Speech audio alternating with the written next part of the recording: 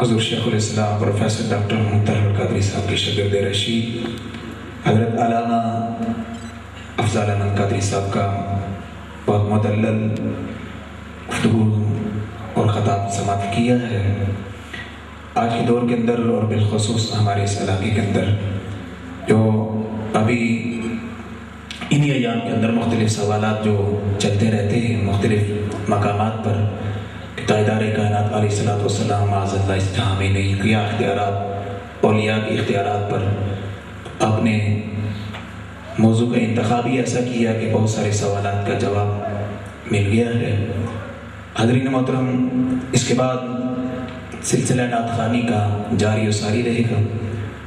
کیو T V کے ہمارے مہمان نعت خوان اور پی ٹی وی ہوم کے نعت خوان جناب محترم کیسر عباس نقشبندی صاحب جو لئیہ سے تشریف لائے ہیں، یہ ہمارے ان کے ساتھ سماعت کا کچھ اتفاق بات بھی ہوا ہے، پہلے اس سے پہلے سنا نہیں تھا۔ محترم اسرار صاحب کے گھر میں جب محفل ہوئی تھی تو وہاں جب ہم نے سنا تو اللہ رب العالمین نے ان کی آواز کے اندر انداز کے اندر سوز گداز درد رکھا ہے۔ ظاہر ہے کہ آواز کے اندر سوز گداز اور درد اسی وقت ہوتا ہے کہ جب کسی کا کوئی درد مند ہو اور اس کے ساتھ لگی ہوئی ہو تو ظاہر ہے کہ پھر آواز کے اندر ایک کشش ہوتی ہے، ایک سوز اور گداز اور درد ہوتا ہے۔ آپ بیداری کا ثبوت ضرور دیجیے گا۔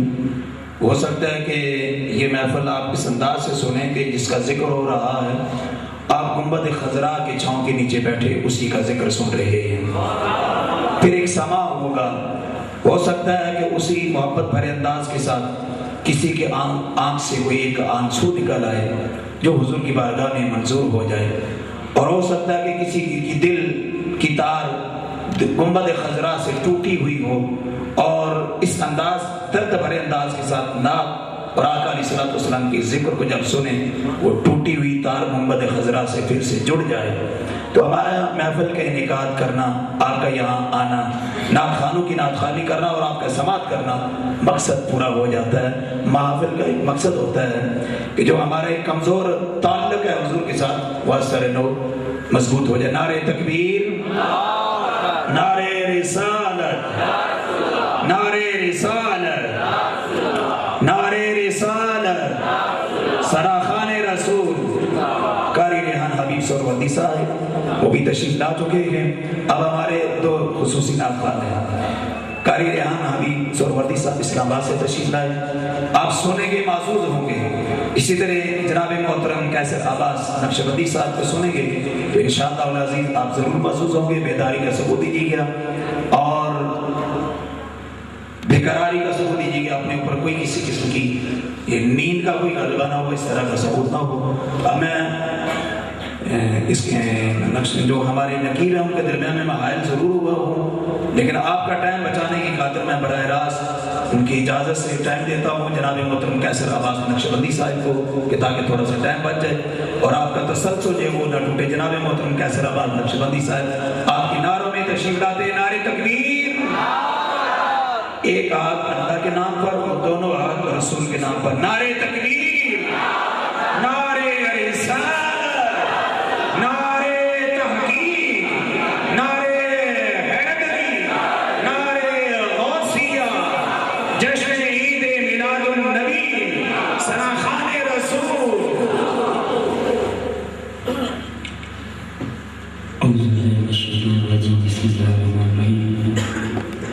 الصلاۃ والسلام علیکہ یا سیدی یا رسول اللہ وعلی آلک و صحبک یا سیدی یا حبیب اللہ۔ حاضرین محفل کو السلام علیکم ورحمۃ اللہ وبرکاتہ۔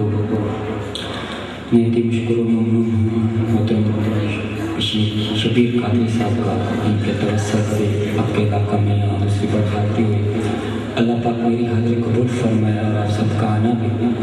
بس انہوں نے چینلز کا حوالہ دیا، اپنی پہچان صرف اتنی ہے کہ طریقے منہاج القرآن میں لائف ممبرشپ ہے ماشاءاللہ، اور اس سے بڑا اعزاز نہیں ہے کہ حضور شیخ الاسلام کے سامنے اس ناچیز کو 2 بار پڑھنے کی سعادت حاصل ہوئی ہے، اور آپ کے لبوں سے شاباشی ہے، میرے لیے یہ بڑا اعزاز ہے۔ کوئی زبان خاموش نہ رہے، آواز بلند ہوتے پاک پڑھیے.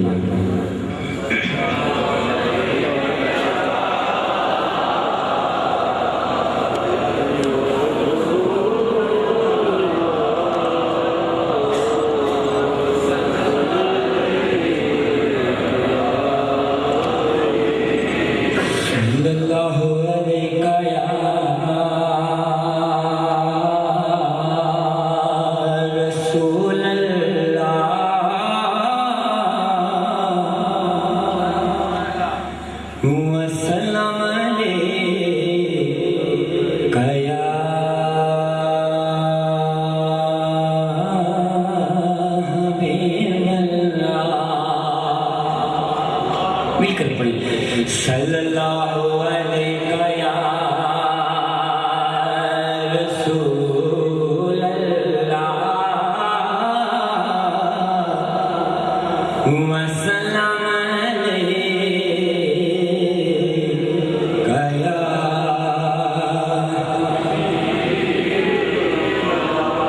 انج کوئی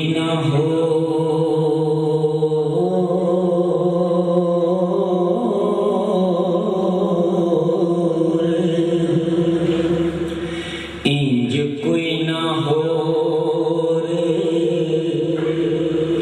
حسین بنیا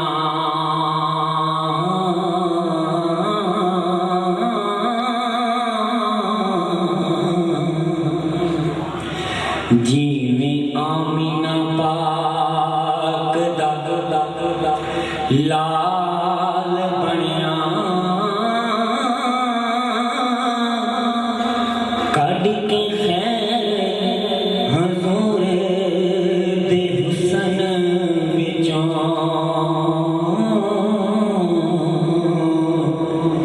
چرم شمس دروپ جمال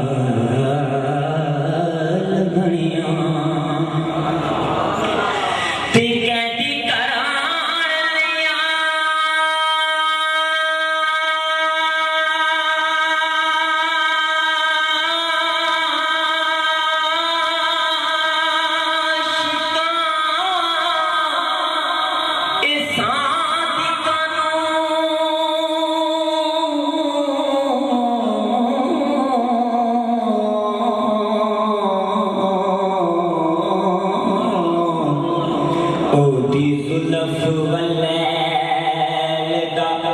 جال بنیا اٹھے حاکم سونے دی نظر جدوں کوئی اویس بنیا کوئی بلال بنیا اٹھے حاکم سونے دی نظر جدوں کوئی اویس بنیا کوئی بلال بنیا. سورت مزمل کی اصل میں پڑھنا تو کچھ اور چاہ رہا تھا، لیکن دوستوں کی فرمائش ہے کہ جس طرح آپ نے ماس کاٹ لیا اسی طرح کاٹ لیں اور آقا کی سنا خانی کریں. فرمائشوں پر یہ کلام پڑھنے لگا. سورت مزمل کی ابتدائی چند آیات کا ترجمہ شاید نے کچھ یوں کیا ہے کہ اللہ پاک فرماتا ہے کہ سونا بیٹھ جا کہہ دے سبحان اللہ. سونا بیٹھ جا سونا بیٹھ جا رب آکے